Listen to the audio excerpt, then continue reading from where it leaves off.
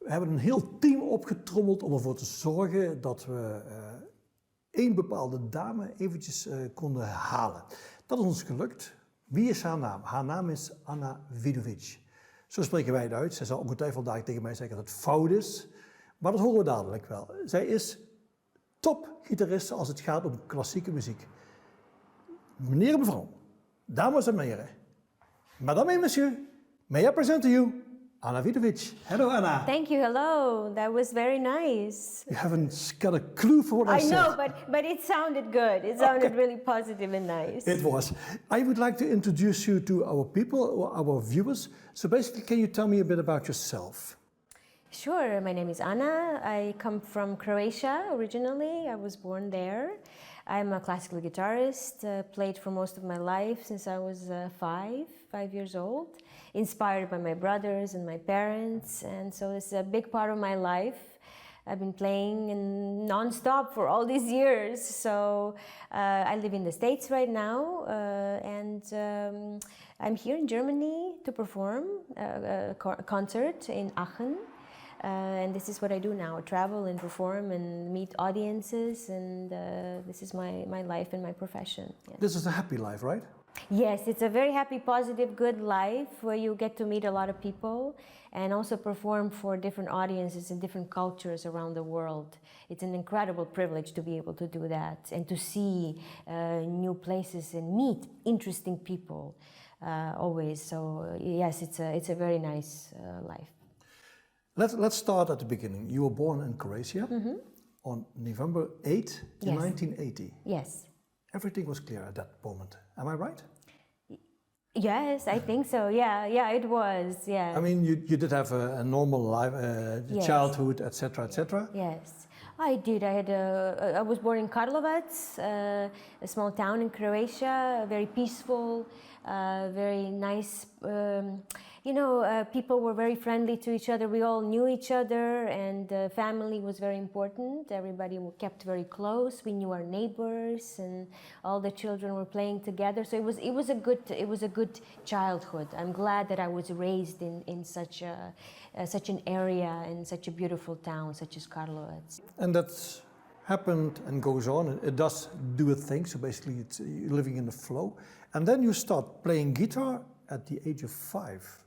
Yes, Right? 5. Yes, 5. Around 5. Yes. What happened? Somebody said to you, "Here's a guitar. Just take it and try to play it," which means the guitar was even bigger than Anna was.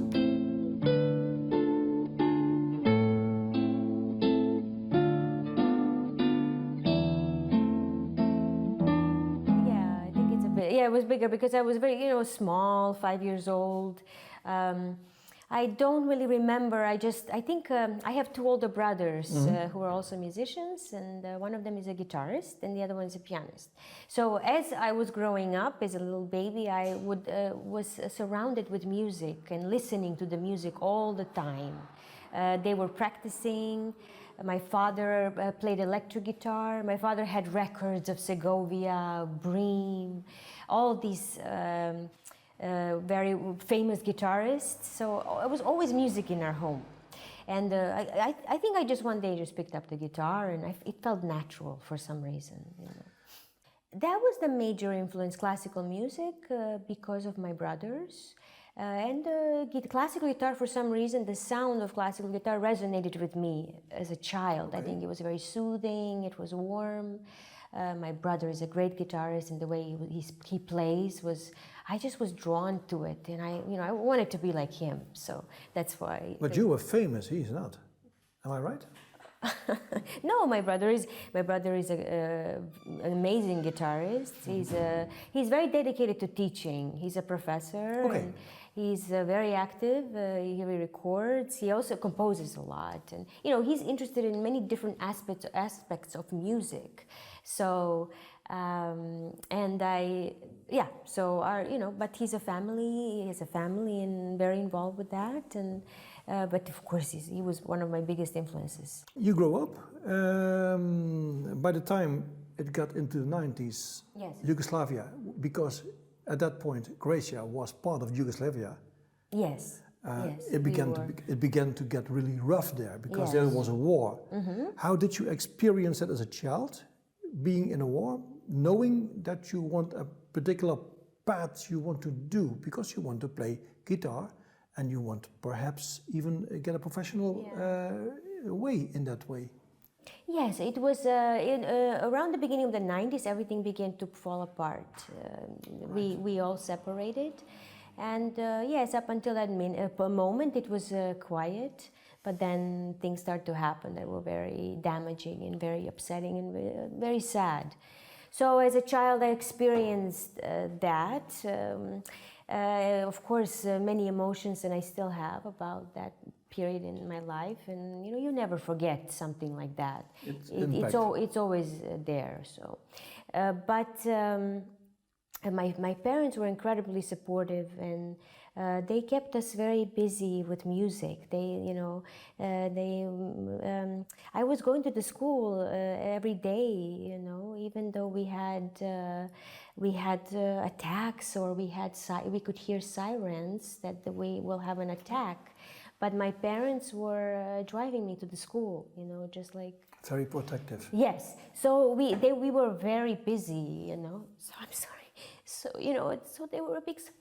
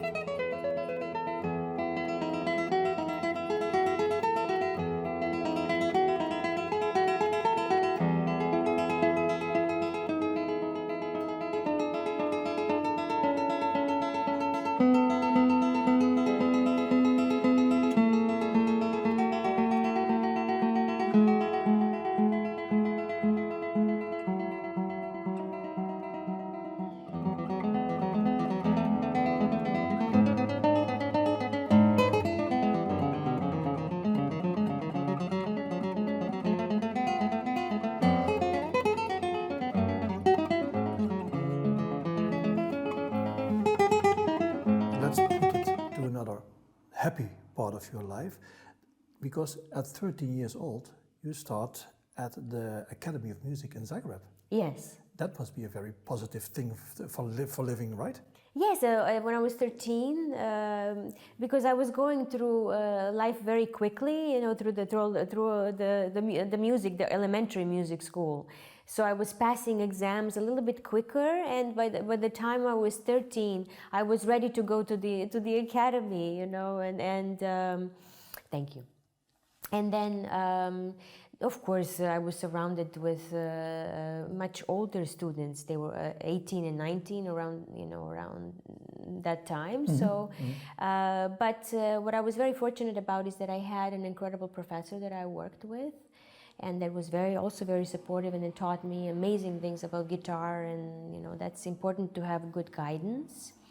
And I had that from a very early age. So I studied with him for many years until I was 18.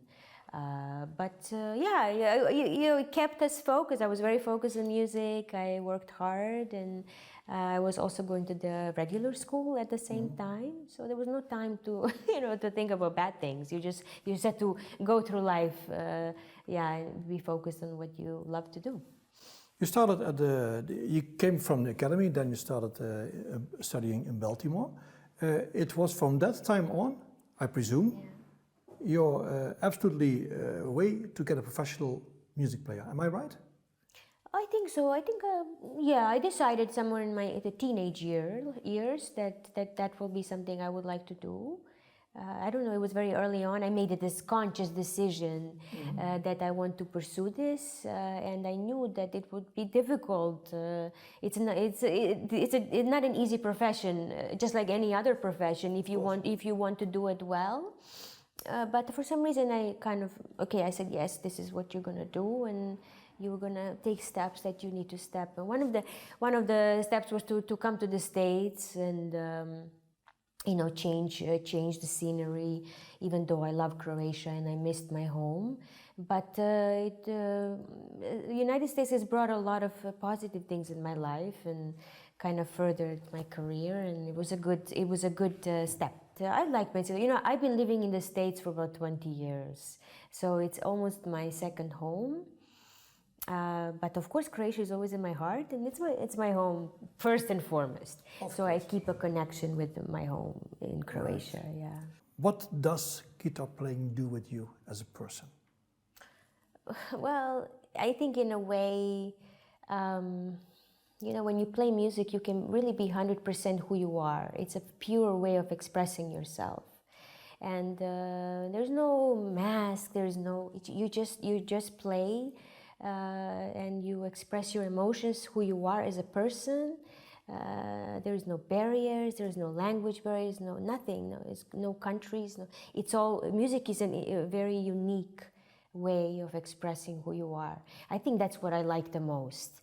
And I can escape into a world where, I don't need to be bothered by everyday issues. You just escape, and you can be in this place where you just live with music and breathe with music. Another important part for me is my connection with the audience. I perform for them. They come to the concert to sit there for 2 hours, to be with you, to listen to you. I would not be able to do this without the audience. So I play for them, and I really want to give them 100% of myself, in that time. After the concert ends, we all go to our homes and we live everyday lives. But for those 2 hours, I would like them to experience something nice and positive, in their lives. Your skills are quite exceptional. Is that practice? Is that talent? What is that?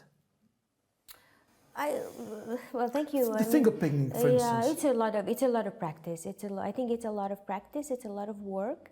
It's hard for me to say. I don't know. Talent is a interesting word. I think all of us are born with something.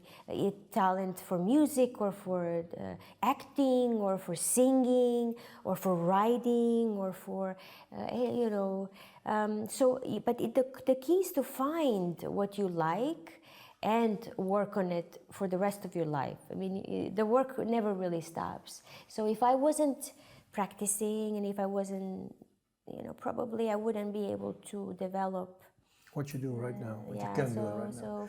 Yeah. How many hours do you practice every day? Well, it really depends. Now I'm preparing for the concert in Aken, and all my focus is towards that. So I'm working on all the pieces that I have to play. It really varies. It's different amount of hours. I have a plan for each day. So I say, okay, work on this, and then you take a break. So it could be 2 or 3 hours. It could be 5 hours. It could be an hour until I finish what I have to do. And then the next day I do the same.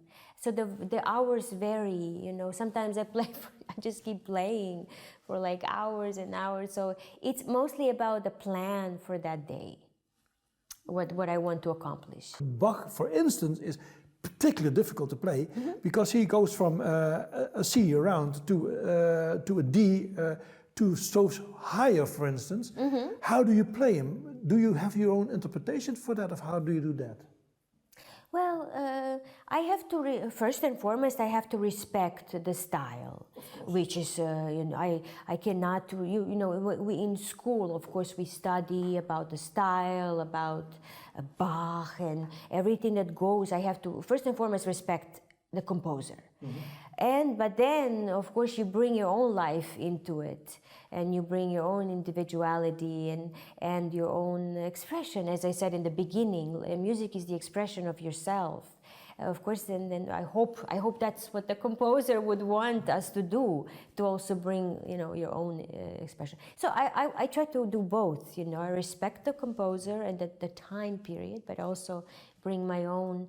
A lot of analyzing, a lot of choices and decisions on dynamics, on phrasing, on color, Those are all the decisions we have to make while we are working on a certain piece. So it's a long process, you know, it's a long process.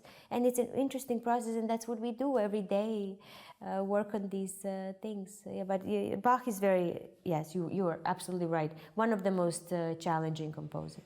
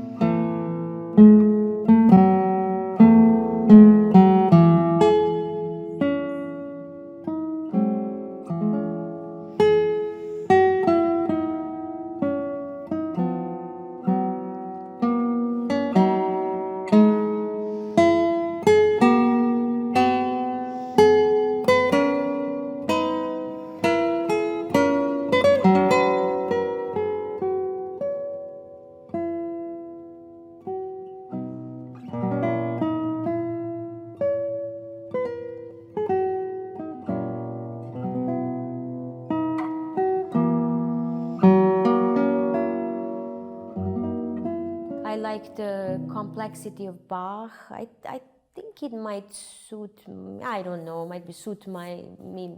I don't know, I feel very serene when I play Bach. There's peace, there's time, you know, it's like you feel at one.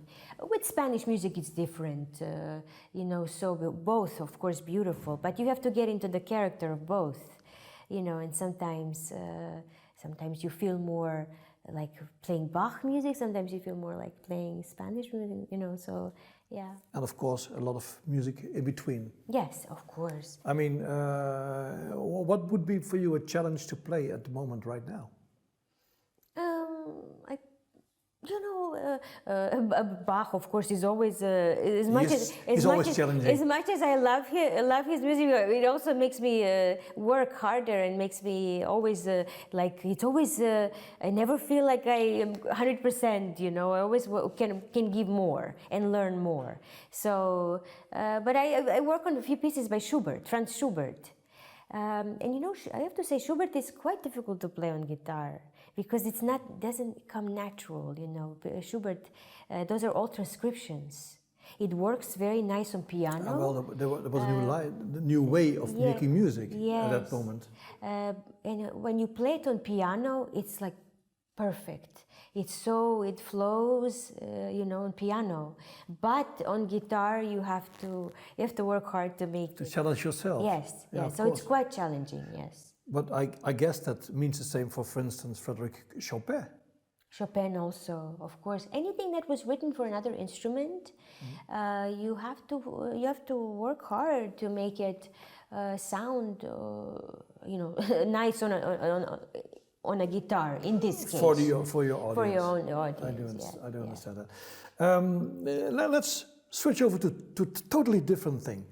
You're 100% classical schooled, etc., etc.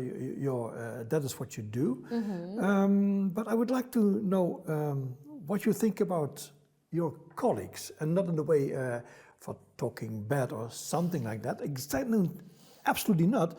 But there are quite some guitar players in history, recent history, who not playing any classical music, but play pop, rock, or something like that. Mm-hmm. Let's say, for instance, I just called 3 names. I will call them again. Yeah. Like Nancy Wilson from Heart. She has a very particular way of picking her guitar, and she plays her guitar like I think very good. Yes. She's amazing. Yes, you know, I love to listen to all styles of music, all styles of guitar, because I respect these people. They have created their own way of playing. They have mastered their. You know, when you master something in your own, you know, it takes a lot of work and a lot of dedication. So I respect every musician that is able to do that. we can all learn from each other. So when I listen to musicians, I don't criticize them. I learn from them. I want to know how they do it, why they do it. You don't have to agree with something, but you have to respect it because it takes a lot of work. Yeah. That's I have to say that I like the way you see that, because only the best, and that's just a compliment I would like to give you, only the best will do that toward each other, because that's the only way to have respect for your work. Yeah. Just before we started with this interview, I just talked to 2 other people, like Eddie Van Halen, yes. and your eyes were glowing like, wow. Yes, it's incredible. I mean, incredible. Eddie Van Halen, Steve Vai, Joe Satriani, Stevie Ray Vaughan. I mean, these are incredible players. I love to listen to them. Even that's not what I do. That's not my, I play classical, but why not learn from these people that are incredible in what they do? I mean, so and I think most musicians like to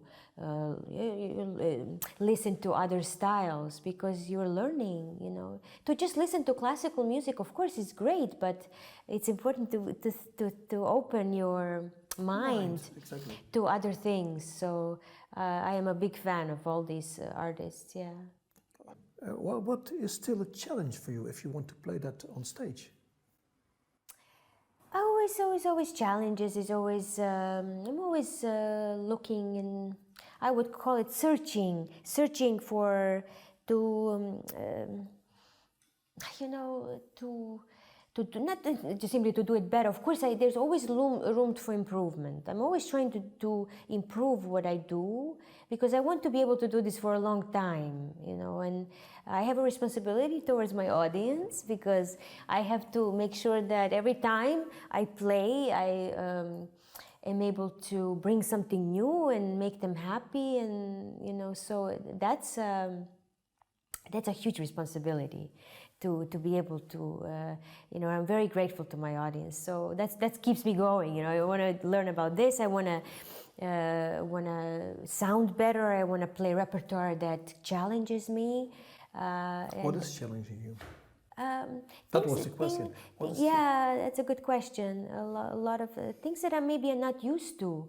Maybe sometimes we need to put ourselves into situations that we're not 100% comfortable, but we are learning through that. So sometimes, sometimes I play like things that I'm not so used to, but it challenges me to get better and to learn from it, and then you get better. And so that's my goal. Keep improving, keep working, keep challenging yourself. Stay humble in what you're doing because that's how there's always room to improve. 2 feet on the ground. Yes. Oh, that's important. Yeah. But who are your favorites? What do you listen? I listen to everything that's good and great and that keeps me happy. That makes me. What makes you happy? Me happy. It makes me. I don't know, like positive music. I like. Maroon 5. I like Sting. I like the Police when they were together. That's not a long time ago. Yeah, Police. I like Rolling Stones. Sometimes I listen to everything. Like I said, Stevie Ray Vaughan is one of my biggest. He's a well-playing guitar player. Oh yeah, and also, but his music, it moves you, So I like the artists that move something in me. So it makes you think and makes you. Of course, I listen to Bach sometimes, like when I'm, maybe feeling sad or something. Bach's music just kind of brings everything back together. So. Just the last question about Bach. I've seen you play one part of that famous cello concert. Mm-hmm. That's if you see it playing on a big cello, mm-hmm. it looks quite okay, but it's very annoying to learn that and try to play that. You did it on a guitar. Mm-hmm. That must be challenging. That was challenging. Am I right? The cello suite. Yeah. Yeah, but, well, yes, it was because it was written for cello, you know. Exactly. So cello and guitar are two different worlds. So the two different instruments and two different sounds. Four instead of 6 strings, etc., Yes. etc. Yeah. Also the sustain on cello, we don't have that, you know. So but that's what we learn from cello. That's when I listen to cello. That's what I'm trying to learn, how they sustain the notes.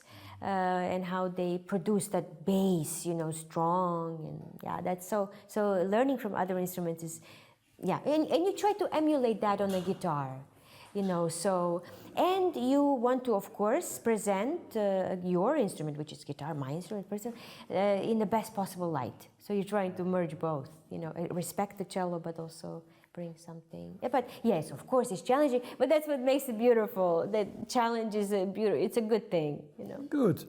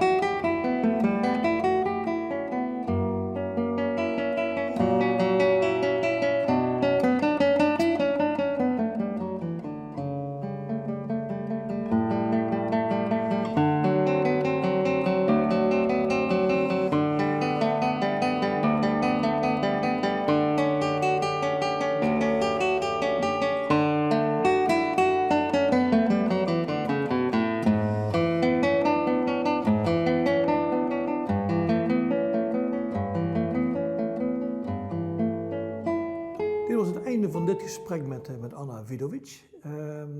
Leuk om haar te leren kennen, maar het was ook leuk om te zien wat deze klassieke gitariste eigenlijk allemaal wel niet doet. Volgend jaar is te zien in Amsterdam, dus mocht u daar naar kijken, het zal ongetwijfeld ergens opgeschreven worden. Namens mijn team, dat waren onder andere Harry en Emiel, dank ik u heel hartelijk voor het kijken.